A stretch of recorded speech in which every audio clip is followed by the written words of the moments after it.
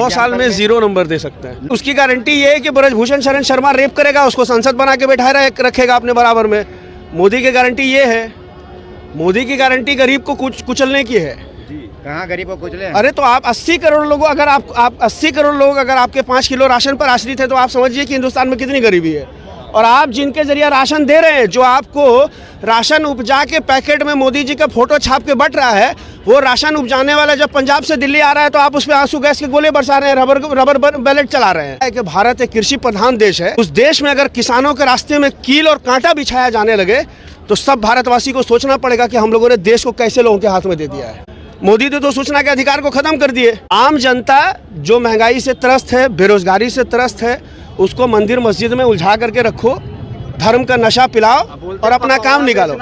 कोई बेमिसाल नहीं रहा है। क्या बेमिसाल नहीं रहा? कुछ भी नहीं है। 9 साल में 0 नंबर दे सकते हैं। 9 साल में 0 नंबर? बिल्कुल। अरे मोदी गारंटी योजना इतना गारंटी उसकी गारंटी ये है कि ब्रजभूषण शरण शर्मा रेप करेगा, उसको संसद बना के बैठाए रखेगा अपने बराबर में।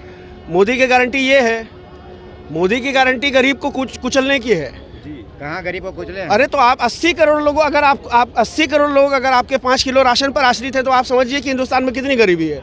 और आप जिनके जरिए राशन दे रहे हैं, जो आपको राशन उपजा के पैकेट में मोदी जी का फोटो छाप के बट रहा है, वो राशन उपजाने वाला जब पंजाब से दिल्ली आ रहा है तो आप उस पर आंसू गैस के गोले बरसा रहे हैं, रबर बैलेट चला रहे हैं।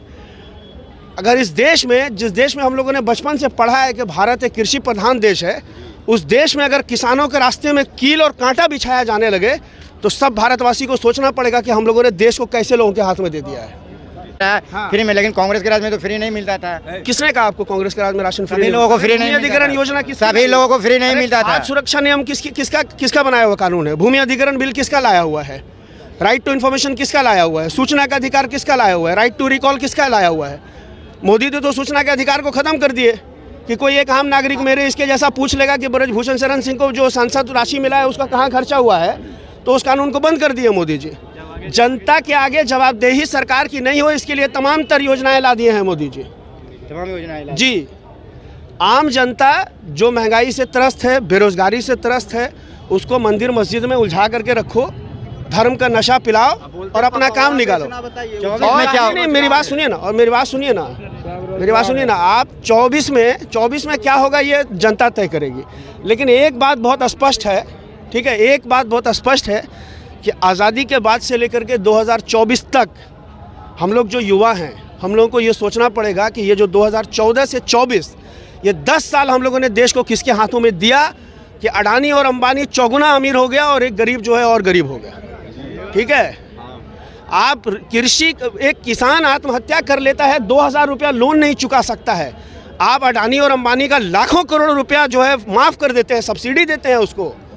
ये देश आप अडानी के आदेश पालें या जनता के आदेश पालें, आप जनता ने आपको वोट दिया तो फिर हम अडानी को डायरेक्ट चुन लेंगे। अगर अडानी का ही सब कुछ होना है तो आप बीच में क्या कर रहे हैं? हट जाइए बीच से। अडानी लड़ लेगा प्रधानमंत्री का चुनाव, हम अडानी को वोट दे देंगे।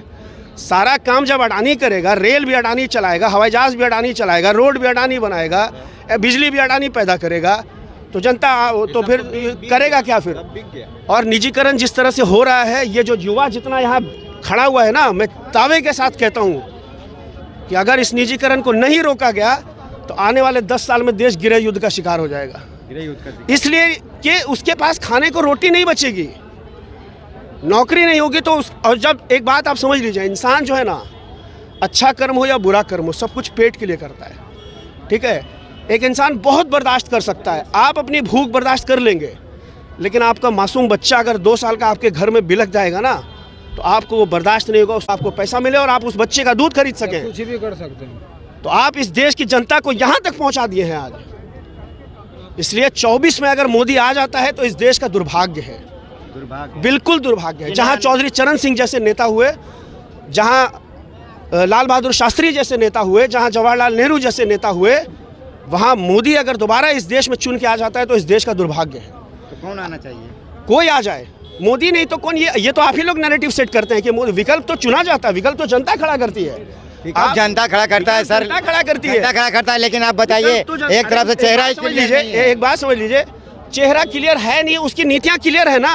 जो दूसरा आदमी बोल रहा है कि हम आएंगे तो हम एमएसपी की गारंटी देंगे, वो उसकी नीतियां क्लियर है ना। वो कह रहे हैं ना कि हम युवाओं को रोजगार देंगे। 17 महीने में नौकरी मिला कि नहीं मिला बिहार की जनता को, आप ये बताइए। किसने दिया नौकरी? तेजस्वी यादव ने दिया ना।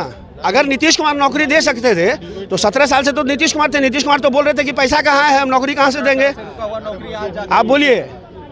आप बोलिए ना, ईमानदारी से आप बोलिए। नीतीश जी बोल रहे थे ना कि पैसा कहाँ से लाएगा, अब आपके चारा चोर के पैसा उन्हीं के अगुवाई में मिला है ना नौकरी। अरे तो ठीक है, तो उसने कहाँ इनकार किया कि आपके सब कुछ का नेतृत्व उसने बताया कि माननीय मुख्यमंत्री जी के नेतृत्व में काम हुआ है।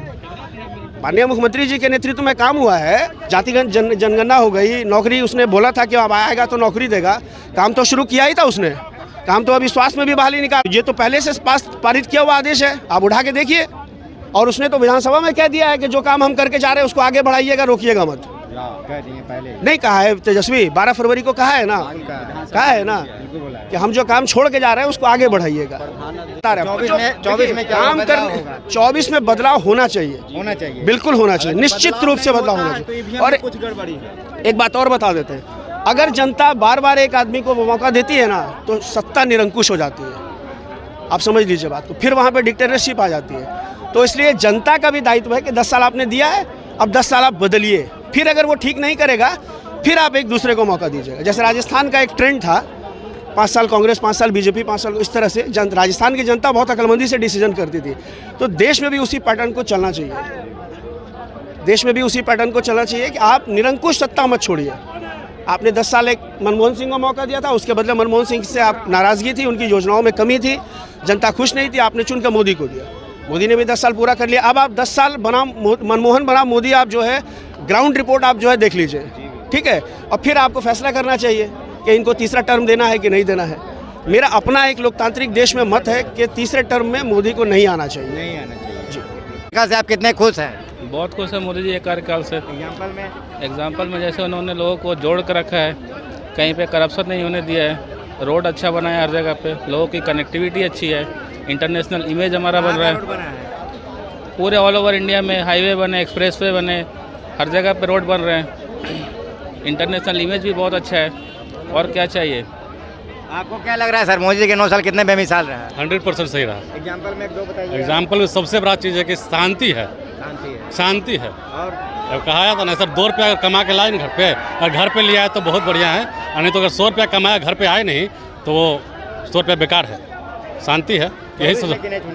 हाँ, मोदी जी को। अच्छा, मोदी जी को। मोदी जी, फिर से आपको मोदी जी आ रहे हैं? हाँ मोदी जा रहे हैं। क्या कहें सर? तो बोले तो क्या बोले? मोदी जी का सारा चीज़ बेमिसाल है और आने वाला समय में जो है फुल बहुमत से आ रहा है। 24 में फुल बहुमत से 400 सीट से जो लीड कर। बार उनका नारा 400 पार, तीसरी बार मोदी सरकार बस आ रहे हैं। बिल्कुल, हाँ बिल्कुल वही रहेंगे। हाँ, उनके अलावा जो है ना देश में कोई प्रधानमंत्री वैसा अनुभव का है भी नहीं। देश नीति, विदेश नीति, सारा नीति मोदी जी का बहुत